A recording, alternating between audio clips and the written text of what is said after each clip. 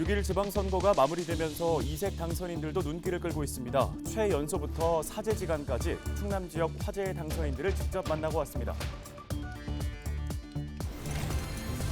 물가 상승이 직장인 점심값으로 이어지면서 점심을 도시락으로 해결하는 직장인들이 늘고 있습니다. 이른바 런치플레이션 현상이 나타나고 있는데 도시락 먹는 직장인들 만나고 왔습니다. 최근 가뭄이 계속되면서 충남 8개 시군에 각종 용수를 공급하는 보령댐의 저수율이 22%대로 크게 떨어졌습니다. 보령댐의 가뭄 단계는 지난해 8월부터 경계로 진입해 이달까지 이어지고 있습니다. 화물연대 총파업이 일주일째 접어들면서 서산 대산석유화학단지 내 기업들 피해도 커지고 있습니다. 공장에서 생산하는 수지 제품 기초 원료 등 출하가 거의 중단된 상태입니다.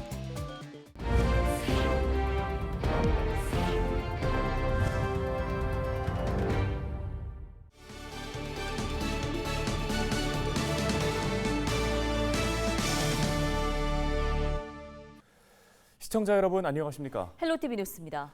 우리 지역의 일꾼을 뽑는 지방선거가 마무리되면서 이색 당선인들도 눈길을 끌고 있습니다. 처음으로 20대 청년이 충남 도의회 입성을 앞두고 있는가 하면 특별한 인연을 맺은 사람들의 당선의 기쁨을 함께 누리고 있습니다. 한범호 기자가 만나고 왔습니다. 1993년생으로 올해 만 29살인 지민규 씨. 주변 또래들이 고향을 떠나가는 모습을 보고 청년 문제를 고민하기 시작했습니다. 이후 충남 청년 네트워크 등 각종 단체에서 5년 넘게 청년 활동을 해왔습니다. 충남도 청년공동체 지원국 신설을 이끌어내는 등 성과도 있었지만 다양한 청년 정책 실현에는 한계를 느꼈던 지 씨. 정치에 직접 뛰어들기로 결심하고 출사표를 던져 아산 지역 충남 도의원에 당선됐습니다. 미래 세대를 위한 정책들을 되게 다양한 통로로 말씀을 드렸었는데 사실상 변화의 속도가 매우 느렸습니다. 그래서 이제는 좀 청년 세대가 직접 정치에 참여해야 좀 제대로 된 변화가 나올 거라고 생각을 했고요. 충남 최연소 당선인인 지 씨는 의미 있는 기록도 쓰게 됐습니다. 역대 충남도의회를 통틀어 첫 20대 의원으로 이름을 올리게 되는 겁니다. 그의 1호 공약에도 청년들의 목소리가 담겼습니다. 지역별로 청년들을 위한 공간은 사실상 없습니다. 청년들을 위한 청년 센터들을 곳곳에 배치하여 이 청년들이 실제로 사용할 수 있고 다양한 커뮤니티들을 지원할 수 있는 그런 공간, 중간 지원 조직을 만들고 싶습니다. 모교인 천안중앙고를 찾은 유성재 구영서 당선인. 옛 추억을 떠올리며 이야기꽃을 피웁니다. 이들의 인연은 20여 년 전으로 거슬러 올라갑니다. 지구과학 교사와 학생으로 만나 이곳에서 3년을 함께 보낸 겁니다. 고교 동문이자 사제지간인 두 사람은 이후 다시 한 곳에서 마주쳤습니다. 둘 다 첫 출마한 지방선거에서 당선돼 충남 도의원으로 의정활동을 펼치게 된 겁니다. 당선인 제자는 항상 리더십이 있었고 그리고 자기 표현을 잘 하고 그리고 많은 사람들을 위한 봉사에 대한 꿈을 가지고 있었습니다. 서로 도움을 주면서 잘 의정활동을 하면서 충남 지역을 잘 발전시키도록 하겠습니다. 비록 당적은 다르지만 지역 발전을 위해 열심히 뛰겠다고 한 목소리를 낸 두 사람. 선의의 정책 경쟁을 예고하면서도 제자는 스승에 대한 든든한 마음을 숨기지 못합니다. 아무래도 저희는 수적으로 많이 적기 때문에 많은 우려도 있는 것이 사실입니다만 이렇게 우리 선생님도 계시기 때문에 같이 많은 의정활동 펼쳐나가는 데 있어서 많은 의지가 될 것 같고 지역과 주민의 삶을 바꾸기 위해 정치에 나섰다고 말하는 이들. 임기는 다음 달 1일부터 시작됩니다. 헬로티비 뉴스 한보호입니다. 물가 상승이 직장인 점심값으로 이어지면서 점심을 도시락으로 해결하는 직장인들이 늘고 있습니다. 이른바 런치플레이션이라고 하는데요. 집에서 싸온 도시락을 먹는 직장인들 만나봤습니다. 김소영 기자입니다. 평일 12시 점심시간. 모두 점심을 먹으러 식당으로 향할 때 직장인 김진철 씨는 사무실 내 탕비실로 향합니다. 집에서 준비해온 도시락을 먹기 위해서입니다. 처음에는 도시락을 준비하는 일이 번거로웠지만 1년째 도시락을 싸다 보니 자신만의 노하우도 생겼습니다. 처음 시작은 작년 가을에 코로나가 더 많이 확산이 됐을 때 좀 나가서 밥 먹는 게 조금 부담스럽게 돼가지고 그래서 좀 생각해봤던 게 전에 도시락을 싸갖고 다녔던 게 좀 기억이 나서 그러면 개인 시간도 활용하면서 도시락을 좀 싸갖고 다니자 해서 시작을 하게 됐습니다. 김진철 씨는 지난해 코로나19 확진자가 늘어나면서 도시락을 싸오기 시작했습니다. 코로나 확진자 감소세가 이어지고 있지만 계속해서 점심은 도시락으로 해결하고 있습니다. 조금 불편해도 비용을 줄일 수 있고 개인 시간을 가질 수 있다라는 장점이 있기 때문입니다. 실제로 뭐 또 전혀 안 사 먹는 건 아닌데 실제로 뭐 1,000원에서 2,000원 정도 실제로 먹었던 메뉴들이 많이 올라가 있더라고요. 그래서 그런 부분에서도 이제 매일 사 먹는 것보다는 가끔씩은 사 먹지만은 도시락을 싸움으로써 좀 경제적으로 좀 지출도 줄일 수 있고 또 저축도 또 할 수 있고 해서 도시락 싸갖고 다니는 건 좀 좋은 것 같습니다.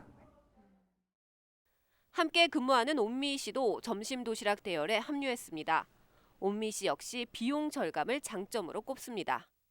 코로나 때 집에 조심하셔야 되는 분이 있어가지고 도시락을 싸고 다니다가 이제 날씨가 더워지니까는 또 나가기도 싫고 편해져서, 그리고 요즘에 식당 가격도 많이 올라서 그거가 절약이 되기도 하고요. 코로나19로 시작된 직장인들의 점심 도시락 열풍은 물가 상승과 이어지면서 앞으로도 당분간 계속될 것으로 보입니다. 헬로티비 뉴스 김소영입니다. 최근 가뭄이 계속되면서 충남 8개 시군에 각종 용수를 공급하는 보령댐의 저수율이 크게 떨어졌습니다. 현재 보령댐 저수율은 22.6%로 지난해 8월부터 가뭄 단계가 경계로 진입해 이달까지 이어지고 있는 건데요. 12일 기준 보령댐 유역의 평균 강수량은 208mm로 예년의 61% 수준에 불과합니다.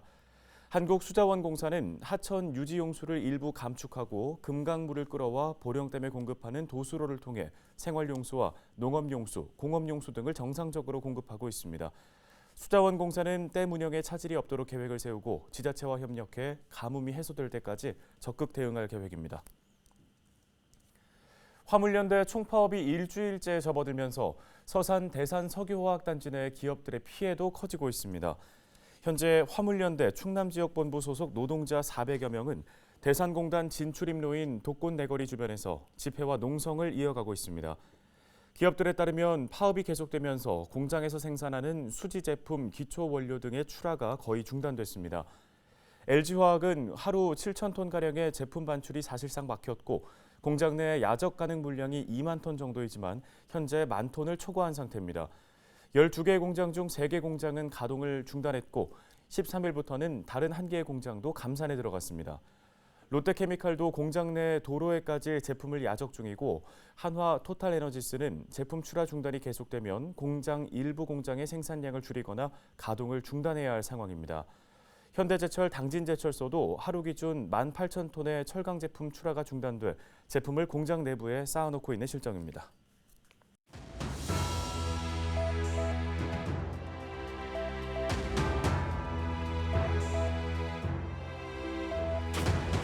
힘센 충남준비위원회, 100만 파주준비위원회, 공정과 혁신위원회.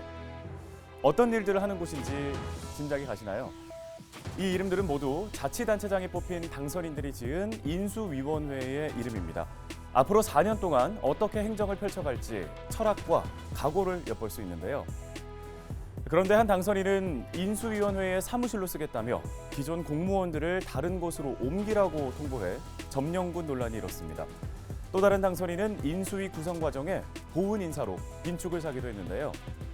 인수위는 앞으로 4년간 자치행정의 방향을 정하고 정책을 개발하는 중요한 기구입니다. 출발부터 잡음이 나온다면 유권자들의 실망감은 클 수밖에 없겠죠. 치열한 고민으로 유권자에게 또렷한 청사진을 보여주길 기대하겠습니다. 데일리 브리핑이었습니다.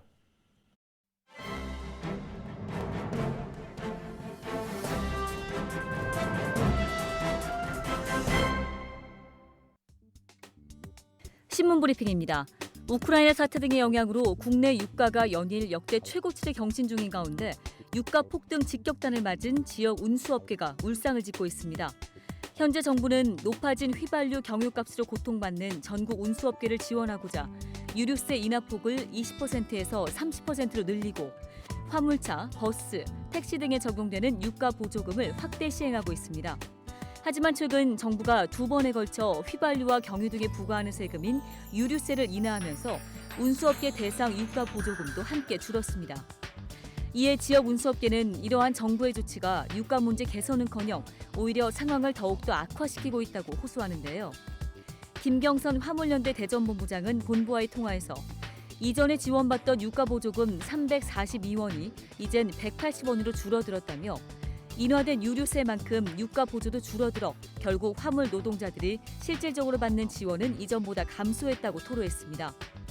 또 다른 충청권 화물 운송업 관계자는 지난 3월에 비해 유가가 약 50%나 상승해 유류비로만 200만 원에서 300만 원이 더 지출되는 상황에서 겨우 10% 정도 늘어난 보조금은 화물업계 종사자들의 생계를 도와주지 못하고 있다며 정부 지원에 회의감을 내비쳤습니다. 지역 택시업계 상황도 이와 별반 다르지 않은데요. 충청권 택시 운송사업조합의 관계자는 택시 요금은 그대로인데 유가는 연일 최고치를 기록하면서 업계가 타격이 크다며 정부에서 기름값이 많이 올랐다며 세금을 낮췄지만 택시 회사들이 원래 지원받는 유가 보조금도 함께 줄어들면서 회사 운영은 더욱더 어려워졌다며 이전보다 열악해진 상황을 털어놨습니다. 심지어 일부 보조금 대상에서조차 배제되고 있는 업계도 있어 생계형 운전자들의 시름은 더욱더 깊어질 것으로 전망됩니다. 지금까지 신문브리핑이었습니다.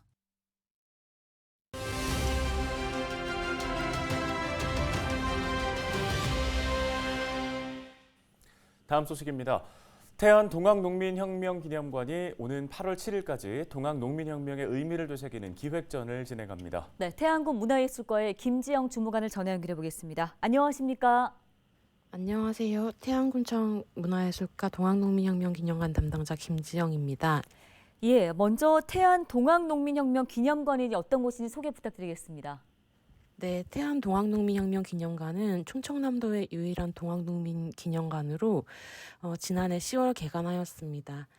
연면적 1586제곱미터의 지하 1층, 지상 2층 규모로 상설 전시실과 기획 전시실, 휴게 공간, 야외 공간 등을 갖추고 있습니다.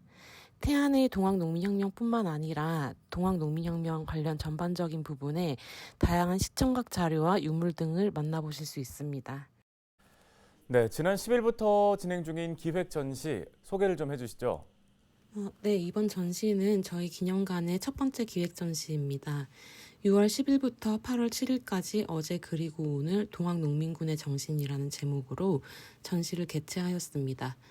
유물 전시가 아니라 현대작가의 미술작품 전시로 회화작품과 테라코타 작품 등이 전시되어 있습니다.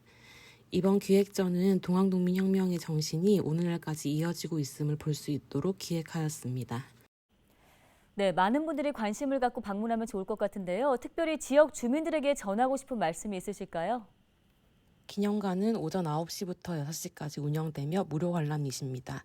1894년 발생한 동학농민혁명의 정신은 일제강점기 독립운동과 현대민주화 운동 등으로 이어졌고 현재 우리가 살아가고 있는 사회의 소중한 밑거름이 되었습니다.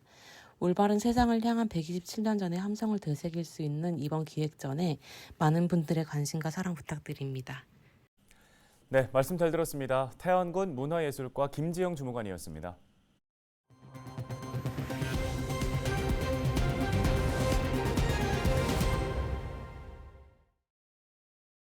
충청언론학회가 지난 10일 청운대 도서관 세미나실에서 상반기 정기 학술 세미나를 개최했습니다.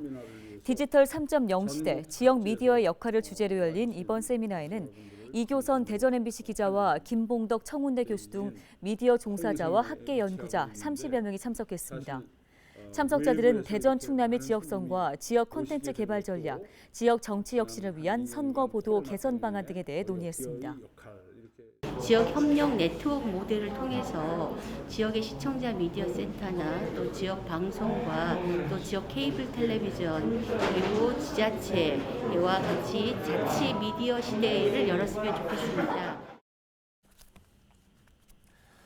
오늘 저희 헬로티비 뉴스가 준비한 소식은 여기까지입니다. 시청해주신 여러분 고맙습니다.